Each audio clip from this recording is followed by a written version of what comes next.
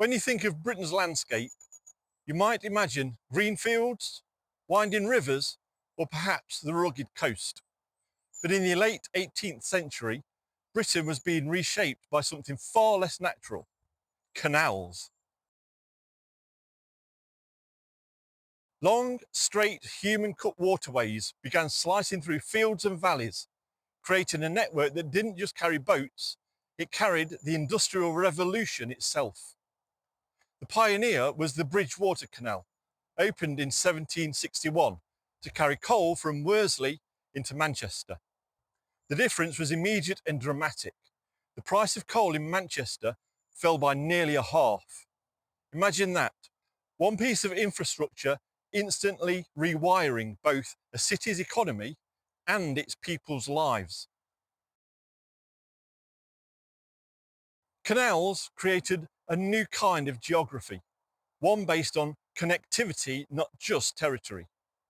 For centuries, trade had been bound to rivers, coastlines, and rough roads. But canals ignored those old limits. They went where industry needed them to go. The Midlands and North suddenly found themselves linked in ways they had never been before. Birmingham, Manchester, Leeds, and Liverpool weren't just cities anymore. They became nodes on a watery circuit board, powering trade, textiles, and iron. Goods could move faster, cheaper, and in greater bulk than ever before. Between the 1760s and 1830, Britain went through what historians call Canal Mania. Investors poured money into new schemes, and surveyors with their maps and theodolites became unlikely celebrities. The new Ordnance Survey maps, launched in the same era, didn't just record the canals, they made them part of Britain's official geography. Yes, there were failures. Some canals went bankrupt before completion, and some routes were so optimistic they bordered on the absurd. But many succeeded spectacularly. Suddenly, places that had once been rural backwaters were now industrial heartlands. It's worth pausing here. Canals weren't just about moving goods, they were about shifting the very centre of gravity of Britain's economy. For ordinary people, canals were both opportunity and hardship.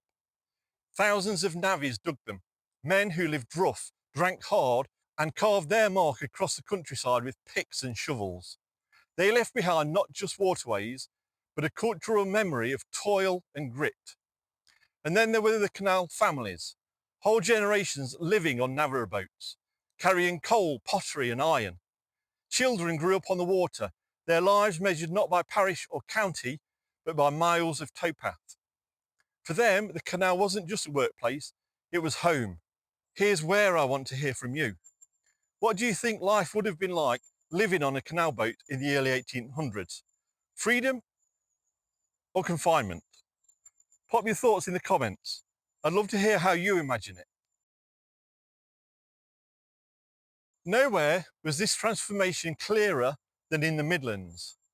Birmingham, once a market town, became a hub of industry thanks to its canal junctions. The city gained the nickname the workshop of the world. Goods poured in, iron, coal, raw materials, and finished products poured out. Guns, tools, jewellery, and more.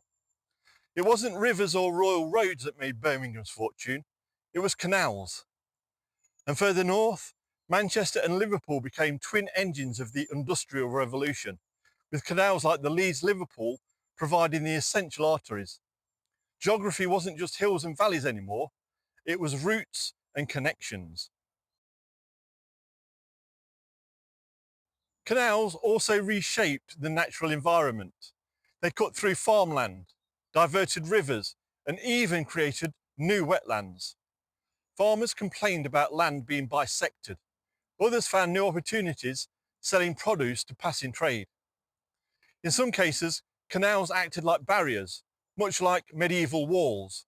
Whole communities reorientated themselves around where the cut ran. And of course, towpaths became early walking routes, long before anyone imagined leisure canals with colourful boats and holidaymakers. But nothing lasts forever. From the 1830s, railways began to challenge the supremacy of canals. Iron tracks could go steeper, faster and straighter. Many canals slipped into decline, their companies struggling to compete.